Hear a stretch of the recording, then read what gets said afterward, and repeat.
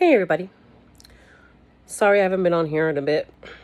I know I started my channel a couple of weeks ago, but I had some things that happened to me that I couldn't I couldn't foresee. I lost my pet. And I needed some time to adjust to that, to the new reality. And it's been hard, and I'll probably talk about it another time. But something has been weighing on my heart that I really want to talk about. And it's a topic that's really important to me. And I'm sure a lot of people feel the same way. And it's been an ongoing question in my mind. Do I love myself? That was a concept that I really wasn't sure about for a very long time. I'm the kind of person that likes to fill her time with a lot of different things. I like trying different projects, and that's another story for another day. But I like to keep my mind busy. My mind can be sort of funny in that it can work against me if I don't control it. So that topic has been ongoing in my life, throughout my whole life. Not so much in the early years because I didn't even know about that topic, that concept. And it was very important to me because when I first started to think about it was after a really terrible relationship. And I felt like I didn't know myself. And I didn't like that. I lost who I was. Mind you, most of the time and throughout my life, it's been rough. Like, just one thing after another that didn't give me the time or the opportunity to even think about it. But it really caught my attention because I allowed things that I should not have allowed. And it wasn't like me. So I was stuck in a place where I just really didn't know who I was. It was just an existential crisis. And I didn't know where to start. I really didn't. I didn't even think about loving myself. I've always thought about loving other people and taking care of them and making sure that everybody's happy and trying to earn people's love for me. And that involved a lot of things, putting up with a lot of crap, a lot of abuse, a lot of everything. And still trying to make that person love me. And I realized at that moment that I needed to love me. And I needed to find a beginning point, a starting point. And the only way that I could figure it out was to go to the very beginning. Now, I couldn't go down to like where I was an infant because I don't remember none of that crap. But my earlier memories, growing up and things like that, when you're born, you don't really know who your parents are. You just know that you're a part of them. Their identity is your identity. Their emotions are your emotions. You leech off their emotions. They become your emotions. And that's because the ego is wide open. It's just wide open. And the only foundation that we know of is our parents. So I needed to go back to that. Now, I'm not here to disparage my parents at all. There are a lot of things that I could disparage them on, but I tried not to do that anymore because I have control now. But I had to go back. And part of that was facing my perceptions about how my parents felt about me. And I'm sorry, you're going to hear the dogs. That's just part of my life.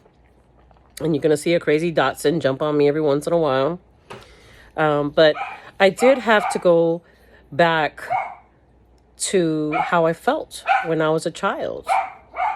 Give me a second. Quiet. I had to go back to when I was a child and how I felt. And a lot of the times I felt really alone, really unloved, unseen, mostly unseen. And when I was seen, it was always in a negative way. It was always something I did wrong, something I didn't do right, something that I didn't think about doing, something that I should have done but I didn't do because I forgot, because I was always in constant fight or flight mode, or all of that, So I had to go back and really take a good look at that. But I only looked at it from my point of view. That other side, thinking about how my mother must have been or my father should have been or any of that, didn't come into the picture at all. That's just too much work right off the bat. So, assuming that we have good enough parents, our perception is what matters. So if you think, your parents were terrible or whatever, and for sure now that they were terrible, I mean, you're probably right.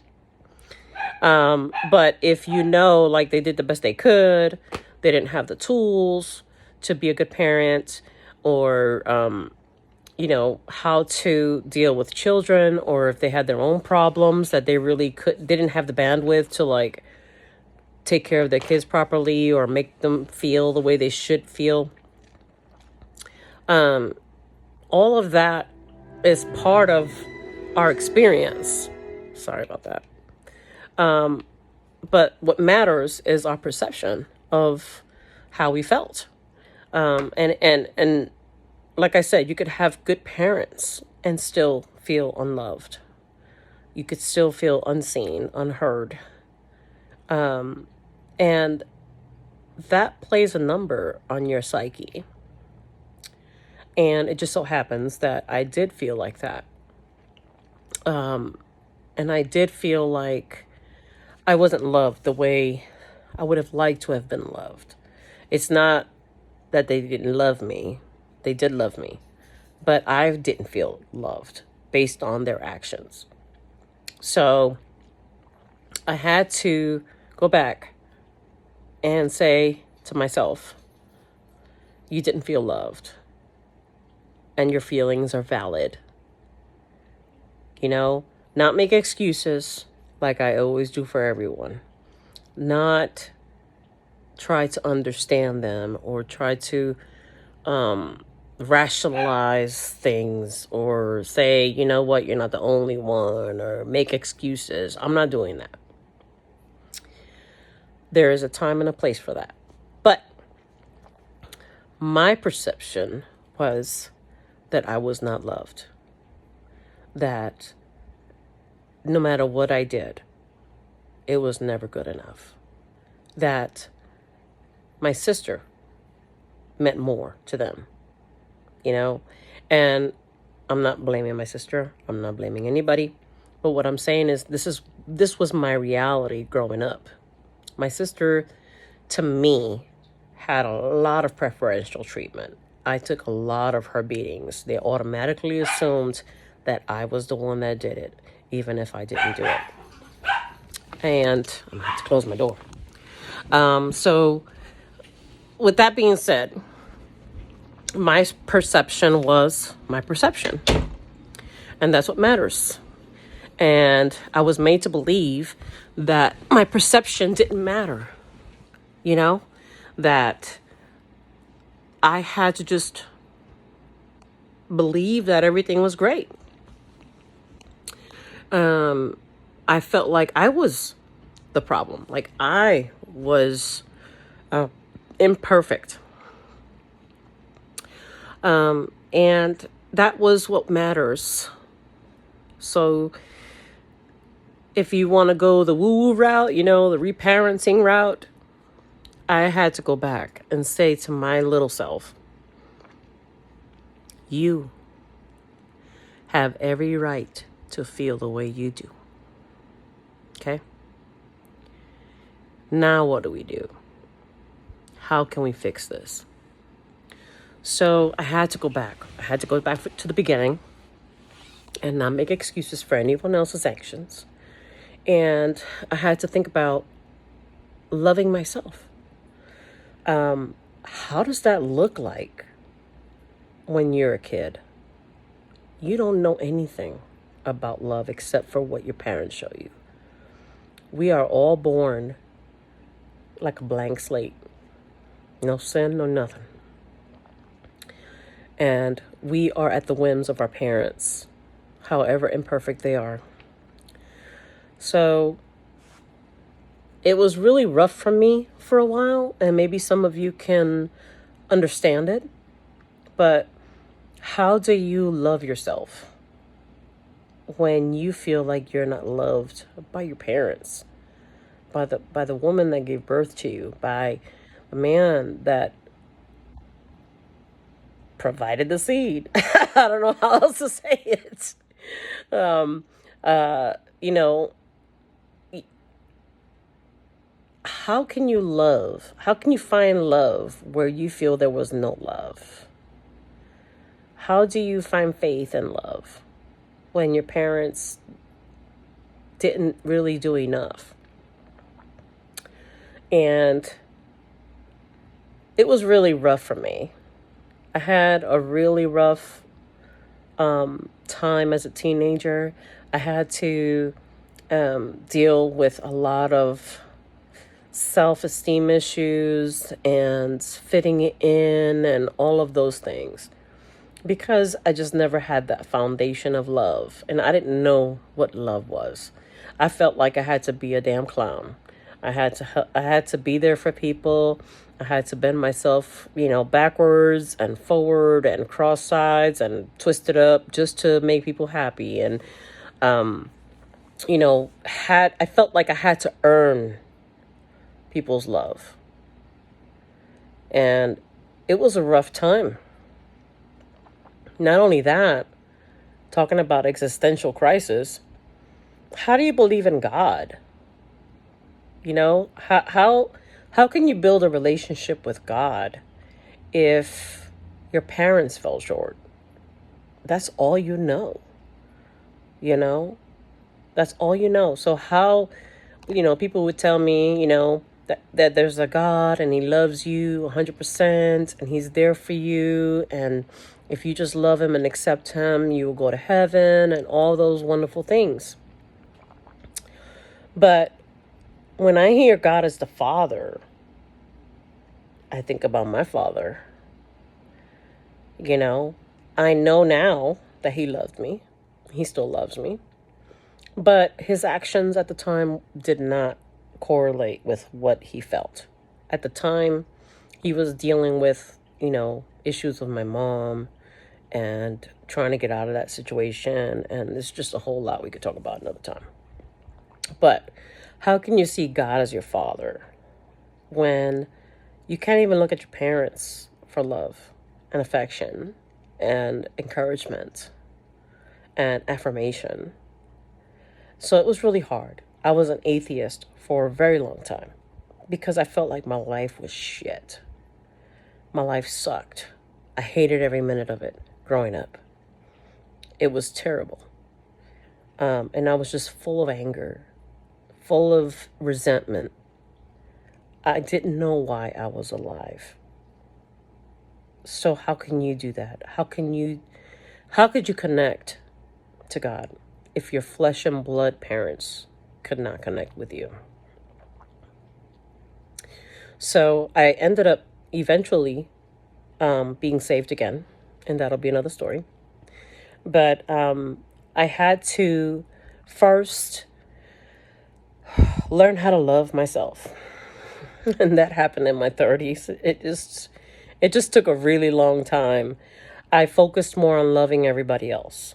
I focused on loving my kids. I focused on loving the person I was with. I focused on loving my pets. I focused on loving my parents and trying to win their love. Just tried so hard. And never looked at myself. I never thought I could ever love myself. How could I if I felt nobody did? If relationship after relationship ended, you know, all of that. How could I? And I had to sit with that for a while. Not that long, because by then I was already saved. And I had to ask God to help me to learn how to love myself. And how do you love yourself if you don't know yourself? That's a big deal. There were some things that I thought I was awesome at. And there were some things that I wasn't so awesome at. And I had to start from the very beginning. And that's the point I want to make today. Sometimes you have to go to the basics. Sometimes you have to go back to, what is your favorite music? What things bring you joy? You know, do you love music? Do you love woodwork? Do you like crocheting? Is helping others something that you love, that makes you feel good? What is it that you like? What is your favorite color? What is your favorite artist? You know, what is your favorite book? You know, those kind of things. And I literally had to start like that. I got a piece of paper and I started writing down all the things that I liked about me. And it was hard because some of that stuff I forgot. Some of that stuff, like my favorite color. It used to be black for a long time. And people say that's not a color, but to me it's a color. And it was black for a reason, because I had so much anger and resentment in my life. So much depression and anxiety and despair, that when I asked myself that question, it was no longer black, because I had God in my life. Now, I still love black. I still love black. But I had to start down the line. What's my favorite color? What's my favorite type of book to read? Where do I want to go? What are my dreams? What are my goals? You know, I never asked myself those things. I was always at the whim of somebody else's view of me. How people saw me was how I saw me. And that's not good. That's not appropriate. Yes, it's nice when you have somebody come to you and say, I love your hair. I love your eyes. You know, or I admire you because of blah, blah, blah. You know, and it feels good.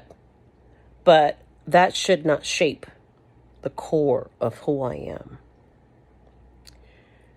So the main reason why I'm making this video is because I want to start a series about loving yourself.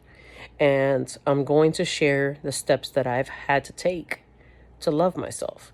And it's an ongoing thing. You are always learning to love yourself. You do not stop knowing somebody just when you meet them. They change all the time based on their experiences, their faith, their love, their support system, all of that. The environment that you're in. So all of that shapes us. And we don't stop living just because we're trying to figure out who we were or who we are.